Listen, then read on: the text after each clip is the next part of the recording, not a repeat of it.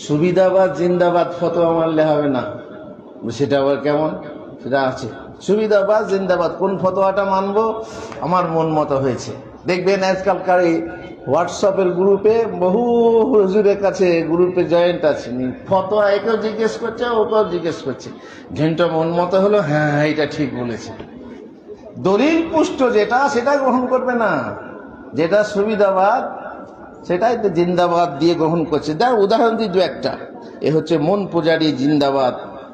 যেমন যুবকদের একটা গোপন কাজ আছে, যে কাজটাতে অনেকবার তওবা করে ফিরে আসতে পারে না, বিশেষ করে বিয়ের আগে। উঠন্ত যৌবনে ফুটন্ত তাজা রক্তে তখন সে পথ হারিয়ে ফেলে। কেউ বলে হারাম, কেউ বলে রোজা রাখ, কেউ বলে জায়েজ। কোনটা মানবেন? আরে চল সুবিধাবাদ জিন্দাবাদ, জায়েজটাকে মেনে নে, তাই না? তাহলে আপনি প্রেম করে বিয়ে করে, নাউজুবিল্লাহ মিন যালিক, আজকাল মাশাআল্লাহ লিঙ্ক করে, এখন তো মেয়েরা স্বয়ং বড় হয়ে গেছে, লিঙ্ক করে ছেলে পছন্দ করছে, বাবা মা বিয়ে না দিলে ভেগে গিয়ে লাভ ম্যারেজ করছে। লাভ হচ্ছে, বাবারও লাভ হচ্ছে, খরচ থেকে বেঁচে গেল, বাবারও লাভ হচ্ছে। আচ্ছা, এই বিয়েটা হালাল না হারাম? যদি আপনি হারাম মনে করেন, আপনি বলবেন না না না, হানাফি মতে তো জায়েজ আছে। হানাফি মতে যদি ওলি বা অভিভাবক রাজি না থাকে বিয়ে জায়েজ, অতএব আমি ওই মতে বিয়ে করেছি, সমস্যা নেই, ঠিক আছে। 1 বছর কি 1.5 বছর, হ্যাঁ, ও তো নতুন নতুন নকরা পুরনো হলেই ছকরা হয়ে গেছে। এবারে চুলকানির পরে, চুলকাতে খুব মজা লাগে, চুলকানি যখন থেমে যাবে না, তা শেষকালে কি হবে, জ্বলতে লাগবে, দিয়ে এক সময় এসে তোকে তালাক তালাক তালাক। আরে সর্বনাশ, একই হলো, আরে তুই এরকম কেন করলি, 3 তালাক দিয়ে দিলি, যা মুফতিকে জিজ্ঞেস কর। মুফতি সাহেব বললেন তার তালাক হয়ে গেছে, 3 তালাক, ওকে হালালা করাতে হবে। যাও বন্ধুর কাছে কিংবা চাচাতো ভাইয়ের কাছে 1 রাতের জন্য বিয়ে দাও। তোবা। বউ বলল আমি ওতে নেই, তুমি আমার স্বামী থাকলে আর না থাকলে আমি এই কেলেঙ্কারি করতে পারবো না, এ কিদ্দেরে আমি নেই। এবার আপনি চেষ্টা করতে লাগলেন, এবার কোনো ফতোয়া আছে নাকি দেখি, কোনো ফাঁক ফোকর আছে নাকি দেখি, দিয়ে এই যে নাম শুনছেন জমিয়তে আহলে হাদিস সালাফি, এদের কাছে এলেন, মুফতি সাহেব আমি আমার বউকে 3 তালাক একসঙ্গে দিয়ে দিয়েছি।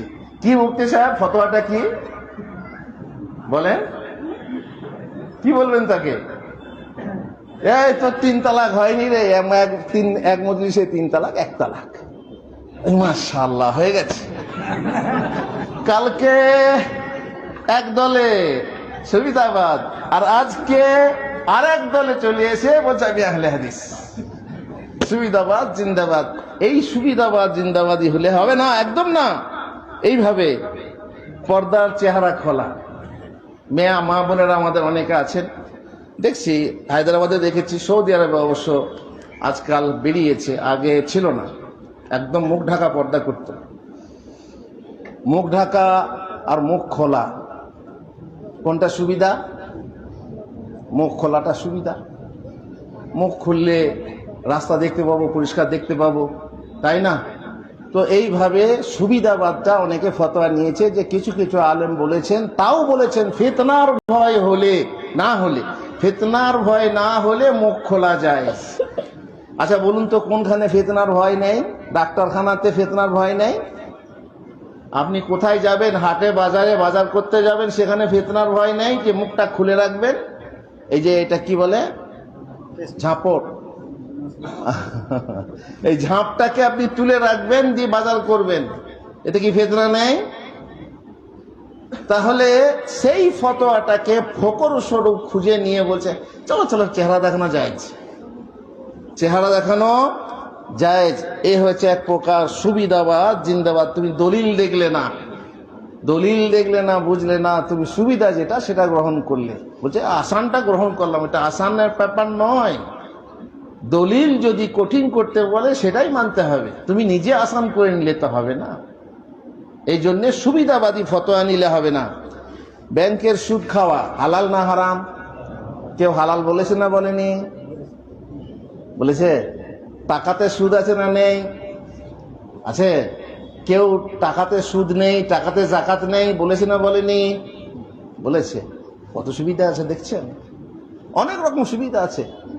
এই সুবিধাগুলো যদি নিয়ে নিই, তো এরকম যদি আপনি বলেন যে আমি কত সুবিধা, তো আপনার ইসলামের দেখবেন কিছুই নেই, তো একবার আপনি সুবিধাবাদী হয়ে গেছেন।